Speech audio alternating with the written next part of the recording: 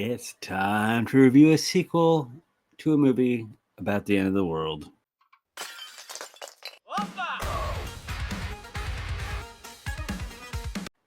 Greenland 2 Migration, or Greenland Migration. I've seen both. There is no wrong answer there. It's a sequel to the 2020 Greenland. That kind of went under a lot of people's radars because if you don't recall, 2020 was kind of a fucked up year.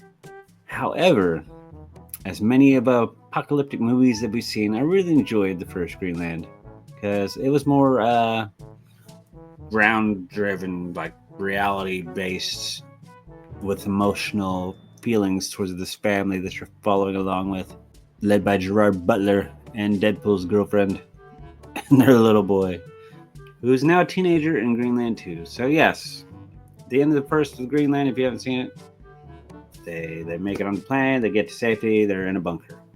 Fast forward several years later to Greenland Migration, Greenland 2 Migration. They've been living in this bunker for several years. And then, of course, the bunker is starting to collapse on itself. So they all have to make a break for it, them and any other survivors, running out to these boats in the shitty environment that has been caused by these meteors. Environment plays a huge part in this movie, which I'll talk in spoilers at the end of the review. I don't know why I did this. But yes, but what I can say that we see in the trailers and all that is this environment's crazy. The weather, I mean, there's like ground level lightning storms. There's crazy ass wind. You can't really breathe the air unless you test it first. And it just depends on where you are in the world. And then they make it for a break for it in this like weird torpedo rustic boat thing. But yeah, and that's just kind of where the video game aspect of this movie begins. Trying to get from point A that collapsed on itself to point B, a safe haven, a crater, if you will, of fresh green land and beautifulness. You know what I'm trying to say. So they're going from there to there, and of course, many adventures happen in between, including more asteroids and makeshift bridges. That's in the trailer. Still not a spoiler.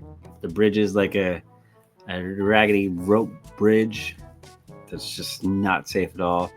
And then there's also makeshift bridges made out of like Ace Hardware janky ladders just tied together with bungee cord and shit. Not fun. There's also a civil war that's going on in the middle of this because humanity sucks, and when the world needs to come together, it falls apart. That's always the moral of the story of these movies, right? The real evil is the humans. I really don't know why this sequel was made going into it. I was like, that first movie, good movie, happy conclusion, they get to safety. And I don't recall anybody asking for Greenland 2. But they did it anyway. And I'm not mad about it. I actually kind of enjoyed this movie. It exceeded my expectations, if you will. Thought it was surprisingly good. It was kind of fun to follow along with this family that I learned several years ago about while we were all hunkered down in our own bunkers in 2020.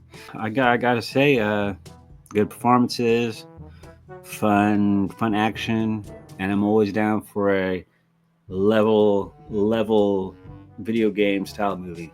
It's always fun to see what's gonna happen. It's not for everybody, but I like those kind of movies. I liked After Earth. Sue me. This movie, I think I'll grade it. Can't quite put it in the B category. Wasn't that great. When I said it exceeded my expectations, I was expecting low, like D's. I'll give it a solid C plus. And now spoilers in 3, 2, 1. If you ain't gone, then it's your own damn fault.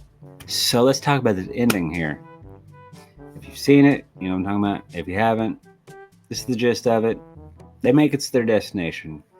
But as we learned earlier on in the movie, Gerard Butler is having some breathing problems because he's explored into the environment too much, and he breathed in. He's got 6 to 8 weeks to live. So now his mission is to get his family to safety.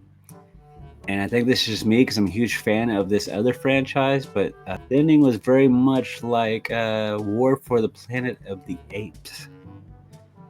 Caesar gets his family and everybody to the promised land.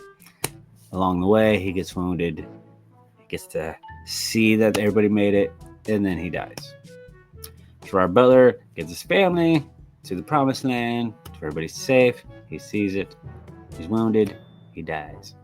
Don't think there's going to be a third one. Not like anybody asked for it anyway. Just thought that was what other movies are exactly like that?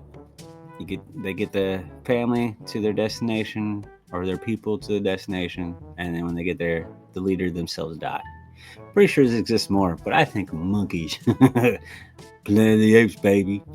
That's my shit. And let me know your thoughts on Greenland 2, and stick around, because I don't remember what number this is, but there's still 90 plus more movies to go between now and December.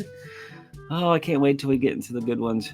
Odyssey, Avengers, Spider-Man, all sorts of good shit. Bye! I really gotta work on my goodbyes.